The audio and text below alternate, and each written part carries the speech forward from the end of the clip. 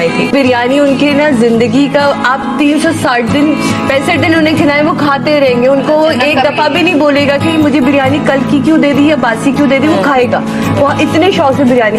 तो बच्चे की बात है गोश्त का, क्योंकि खुद शेफ है ना, तो गोश्त की बड़ी तमीज है, पता है कौन सा गोश्त कहाँ का है। तो मुझे सिर्फ वहां से फोन करता कि यहाँ से गोश्त लाना, गोश्त की बिरयानी कर। हाँ, बीफ की बिरयानी, बीफ की बिरयानी थे। अब तो वो खैर बहुत मशहूर हो गए। उस टाइम पे वो नए नए थे। तो वो बहुत खुश थे ना कि हम हमारी शादी का खाना कर रहे हैं, और नो डाउट खाना बहुत अच्छा था, बहुत टेस्टी। और खैर फिर भी वो दूल्हा दुल्हन के लिए लगता है ना खाना। तो वो खाना लगा, मैंने थोड़ी सी बिरयानी डाली।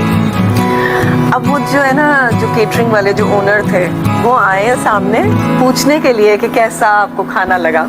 और जैसे ही वो आए और उसी वक्त मैं प्लेट में से बाल निकाल रही थी, और लंबा बाल, और मैं सिर्फ यूं थी, और उसके बाद मेरी नजर उनके ऊपर पड़ी और वो यूं थे।